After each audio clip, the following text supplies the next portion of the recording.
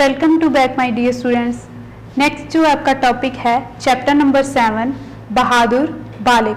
ये कहानी एक संकलित है। ये कहानी आदिवासियों पर आधारित है जो जंगल पर रहते हैं। उसमें एक पात्र है बग्गा। वो कैसे मुसीबत के सामने बड़ी बहादुरी से उसका सामना करता है वो इस कहानी में हम पढ़ेंगे।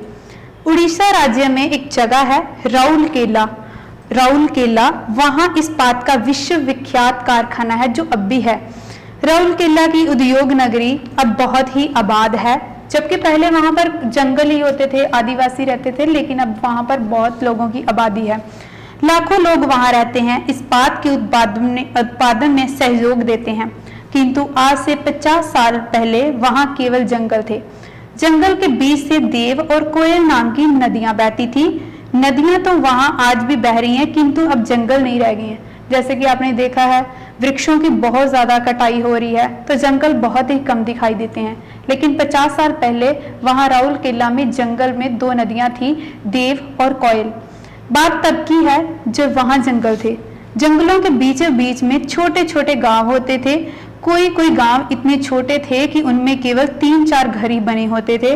इन घरों में जनजाति के लोग रहते थे। आदिवासियों की एक जनजाति का नाम उराव है। जैसे यहाँ पर अलग अलग जातियां हैं, आप यहाँ पर देखते हैं, उसी तरह से आदिवासियों की अलग अलग जातियां होती है। लेकिन जो इस कहानी में जाति है वो है उराव जाति के लोग। उराव लोग उड़ीसा और बिहार में रहते हैं। वे जिस इलाके में रहते हैं उसे छोटा नागपुर कहते हैं।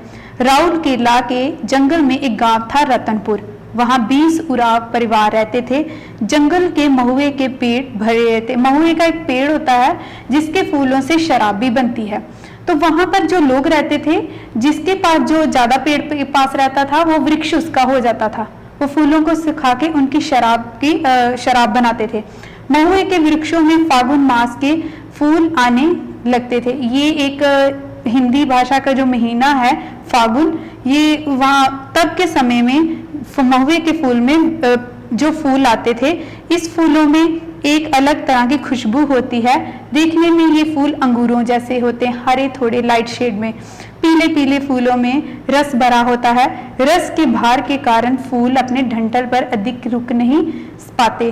तनिक सी यानी कि थोड़ी सी हवा चलते ही फूल टप से जमीन पर आ गिरते हैं। दिन में इन फूलों पर मधुमक्खियां मंडराती हैं, रात में ये फूल टप टप गिरते रहते हैं। चैत्र मास में तो हालत ये होती है। ये फागुन के अगले महीने की बात है। सवेरे 4 बजे महुए के पेड़ के नीचे फूलों की खूब मोटी पीली परत बिछ जाती हैं। दिन में इन फूलों को बुहार कर यानी कि इकट्ठा करके, बुहार अर्थात इकट्ठा करके आदिवासी लोग ले जाते हैं और अपने घर के पास धूप में सूखने के लिए डाल देते हैं। इन फूलों से देसी शराब बनाई जाती है, इसलिए आदिवासियों के लिए महुए के फूल मूल्यवान, जिनकी बहुत ही कीमत ना हो। ठीक है। तो रतनपुर से 1.5-2 किलोमीटर की दूरी पर एक दुधी गांव है वहां पर ही। तो दुधी गांव में टोपसो नाम का एक बहेलिया रहता था। उसमें एक बुरी आदत थी। वही रात के अंतिम पहर में उठकर जाता, यानी कि 12-1 बजे का जो पहर होगा ना, उसमें उठकर जाता और रतनपुर के महुए के पेड़ों के नीचे बिछे फूलों को बुहार ले जाता, उनको इकट्ठा करके ले जाता था। उसको चोरी की आदत थी। जंगल के पेड़ सबके होते हैं, लेकिन उन्हीं पेड़ों को लोग आपस में बांट लेते हैं। लोगों में एक अलिखित समझौता है। जैसे आज के समय में अष्टांग वगैरह लिखित कुछ बनाए जाते हैं ना, तब के समय में कुछ लिखित नहीं होता था। ऐसे लोग जुबान के पक्के होते थे, एक दूसरे से ऐसे ही बात कर लेते, ये चीज तुम्हारी है और वो उसकी है। तो इस तरह से उन्होंने समझौता किया हुआ था। दिन में जिस पेड़ के आसपास जो रहेगा वह उसका माना जाएगा, अर्थात इस पेड़ के फूल पर उसका अधिकार होगा, फूल और फल दोनों पर। किंतु टोपसो ने गजब ढा दिया।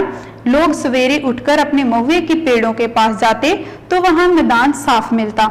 इस बात से सबसे ज्यादा दुखी जाकूब था। अब जो उस गांव में जाकूब व्यक्ति रहता था वो सबसे ज्यादा दुखी हो गया था।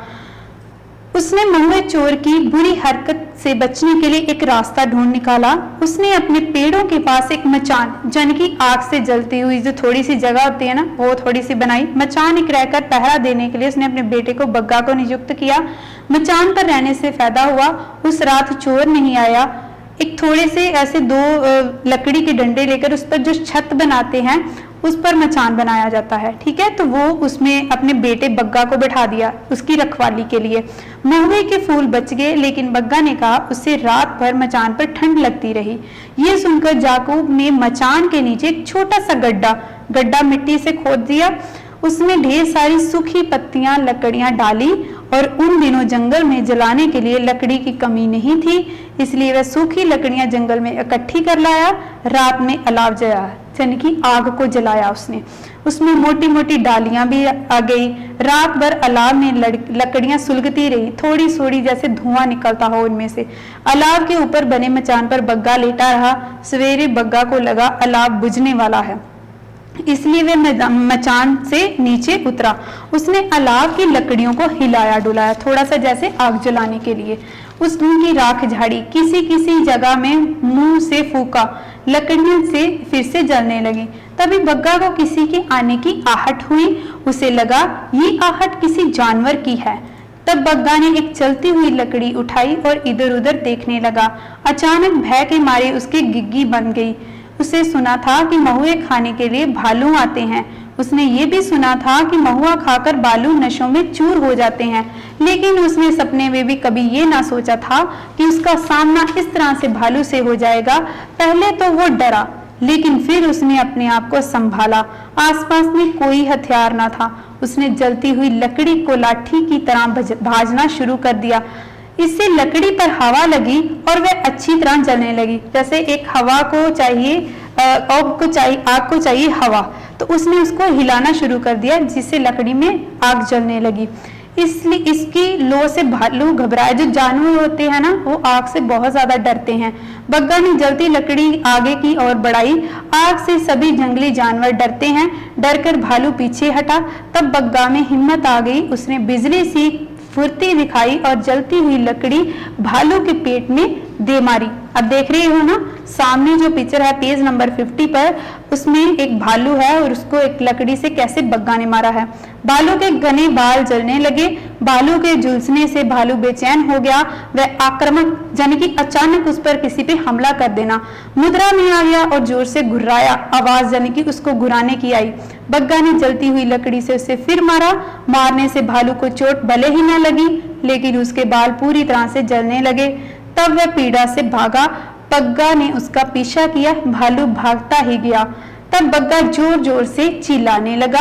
उसकी आवाज गांव तक पहुंच गई। लोग भाग कर आए। बग्गा की जान में जान आई। बग्गा ने उसको सारी घटना बताई। याकूब के बेटे की बहादुरी की बात सुनकर उसको अपनी बाहों से भर लिया। बाहों यानी कि गले से लगाना, बाहों में भरना। दिन में ये खबर सुनकर दूर दूर तक फैल गई। ये खबर पुलिस थाने तक भी पहुंची। थानेदार ने उस वीर बालक के बारे में जिला कोतवाल को बताया।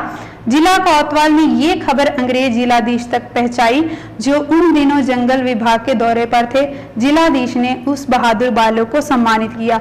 तो इस कहानी में आपने जैसे कि देखा, जो बहादुर बच्चा था उसको पुरस्कार दिया गया जिलाधीश के द्वारा। आज के समय में भी जो बच्चे बहादुरी का कोई काम किसी भी घटना में करते हैं, तो राष्ट्रपति उनको पुरस्कार देते हैं।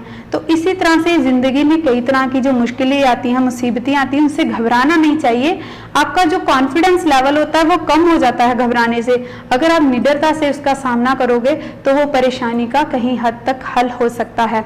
तो यहाँ पर कुछ शब्द दिए गए हैं, जैसे कि पार्ट नंबर 7 के बहादुर बालक के उत्पादन पैदा करना, इलाका क्षेत्र जो खास क्षेत्र होता है, ठीक है, सहयोग, मदद, इलाका, क्षेत्र, मूल्यवान, कीमती, हरकत, बुरा काम, भाजना, घुमाना।